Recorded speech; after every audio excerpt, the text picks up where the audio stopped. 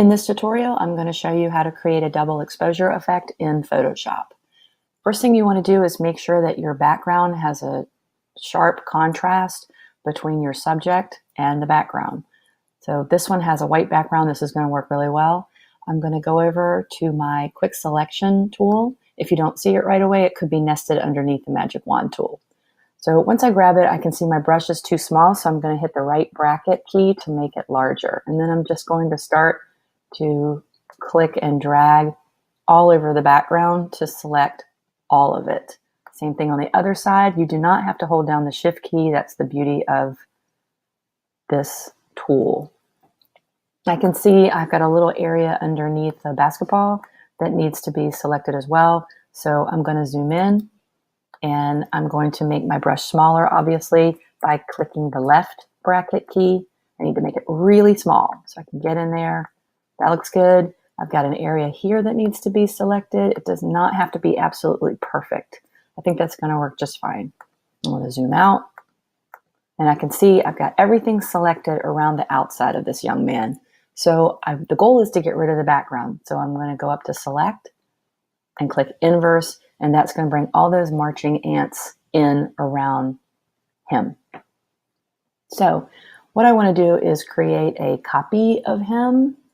So I'm going to go up to Edit, Copy, go over to my Layers panel, click a new layer, which is right down here in the Layers panel.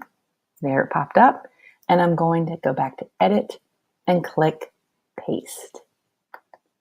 So you can see I've pasted him into a new layer with a transparent background. Now I'm going to go back to this first layer. Yours might say background. Mine says layer 0. I'm going to go up to Edit, Fill, and I'm going to fill it with 100% of white. There. So this is what your two layers should look like at this point. Now I'm going to find my background, and I chose this crazy purple sunset tree background, and I'm just going to pull it away from the bar up there, and I'm going to click and drag it and bring it over to my document that I started with. So you can see there it is. It looks like it's a little big. I'm going to zoom out and I'm going to change the size of it by hitting Control T. There it is. There's my corner. Hold down the shift key to make sure that you stay proportionate and don't skew it. I'm not going to get it perfect yet. I'm just going to get it the right size that's workable. All right, I like that. So I'm going to hit Enter to let Photoshop know that I like that. I want to take this purple background that I brought in and I want to move it to the very top. So all of my layers should be in this order. At the very top should be my background that I chose to superimpose into the final, then my profile picture, and then a white bottom layer. We want to load this layer mask that we have in layer 1, and the quickest way to do that is for you to do Control and click on the mouse. So you can see I did that, and I get the marching ants outline of my guy from layer 1. Pretty easy, right? Now what I want to do is I want to come up here to my layer that has my purple sky background, and I'm going to create a layer mask here. And I do that by, in my Layers panel, going down to this little icon that looks like a rectangle with a circle cut out in the middle. Click, and that happens. Everything else goes away. You can see the layer mask was created to the right here of my background. At this point, I can move my background around, but I have to select it over here. I'm going to unclick the chain so I'm not messing up my layer mask. Get my move tool, and you can see I can move the background all around and position it however I want. I can even enlarge it by hitting Control T for transform. I do want it to be a little bit larger so I'm not losing any edges. I want some of that sunset in there, so, and I'm going to want to see some of his face later. So let's get rid of some of that tree around there. Bring it down as close as I possibly can. I think that might work. I'm going to hit enter, let Photoshop know that I'm happy with that. Back in the layers panel, I want you to go back to your image of your person and click on that layer, and you're going to make a duplicate of that layer. So go up to the very top, click layer, and oops, hang on there. Oh, duplicate layer right there at the top. Duplicate layer. I'm going to click OK. And I'm going to move that layer copy to the very top of all of the layers. And I'm going to go to desaturate, which is going to be over here in image, adjustments, and all the way down to desaturate. And what that's going to do is turn it into a black and white image. Now, back over here in the layers panel, you can see here is this little drop down where it says normal. Excuse me, this is the type of blending technique that we're going to do to make it look double exposure. So click on dissolve, which should be right below the word normal. Go to dissolve.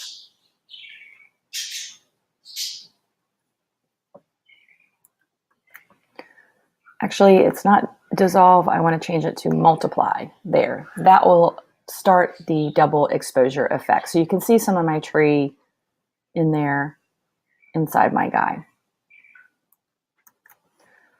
On this new layer, I'm going to create a layer mask, and that's the little icon down here at the bottom with the hole in the middle. I'm going to click that, and then I'm going to go over to my brushes, and I'm going to click to see my options. And I want to make sure I've got a super duper soft brush. So I'm going to bring the hardness all the way down to practically 0, and I'm going to bring the size up. You can see that happening up here. See the size? I think I'm going to make it even larger. It's very important that it's super duper soft here. So make sure the hardness is about 0%. And what I'm going to do is in this layer mask, I'm going to start to, darn it, that didn't work.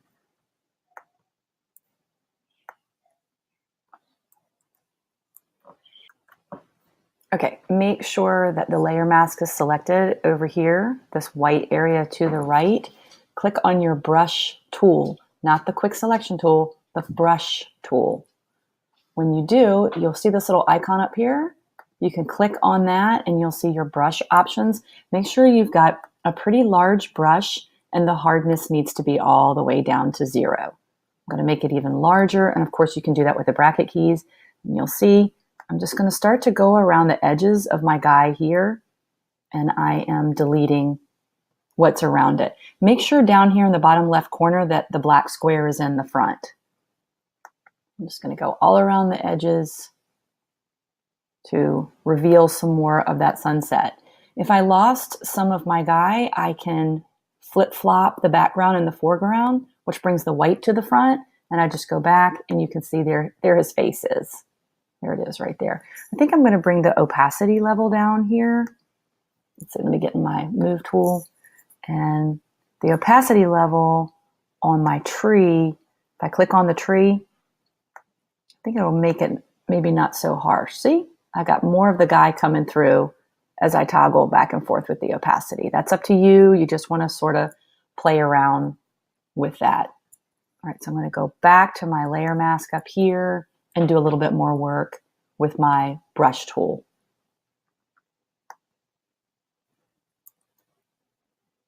I want the black back in the front so I can reveal. Remember, black reveals, white conceals. Right, I think I like what I have going on here. I do want to see more of this basketball.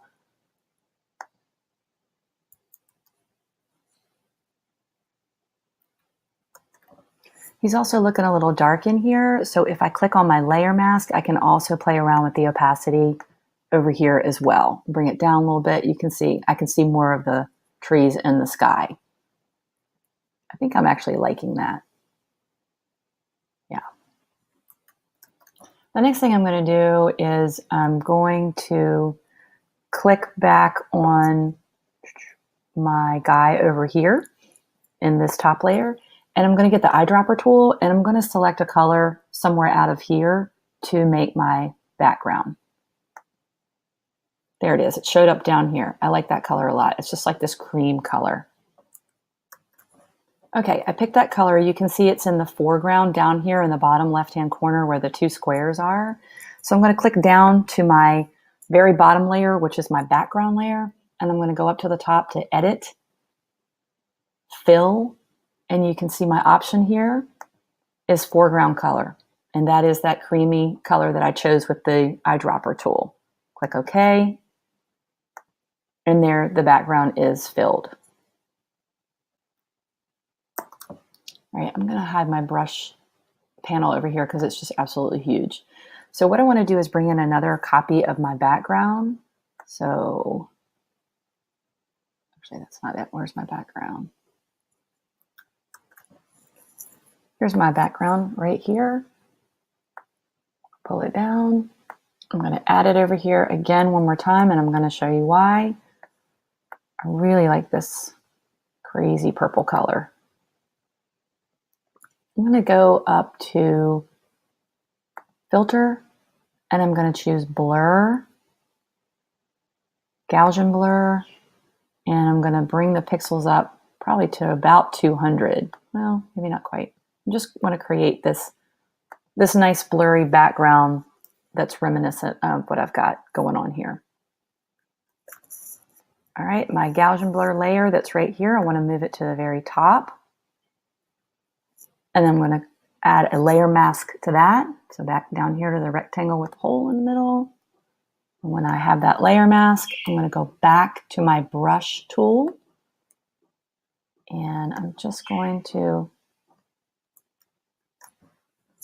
make sure that I have black in front again down here in the bottom left-hand corner. Make sure black is in the foreground because black reveals. Make sure you click on the image and not the mask in the layer.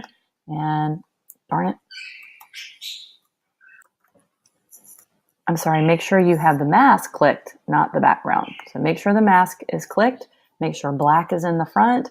Take your brush tool and you can see I'm going to start to go around this guy. And I'm just going to create like this halo effect around him. You can skip this part if you want, but it's just adding more dynamic to my guy. He's starting to look graffiti-like. I kind of like that. Okay, everything is looking a little harsh here, so I'm going to go to my opacity and just bring it down so it's not so busy against my guy. I like that. Nice background. I like that a lot. I want to go back to this layer mask right here. Any of these layer masks, you can go back in and reveal or hide things with the brush tool. So I'm going to click on this bottom one right here and make sure I'm in my brush tool over here, not the quick selection tool, the brush tool. And I just want to bring a little bit more of his face out. There it is, right there. I want to bring a little bit more of the ball out. And it's a little contrasty weird. So I'm going to go up to the opacity and bring that down. Wait. Let's try the opacity here. It's just a constant back and forth with your opacity and what you want to happen. We don't want it to look too silly. I don't want him to look like he's got a floating head. But I do like what I revealed. So this is how you make a double exposure effect in Photoshop. Good luck.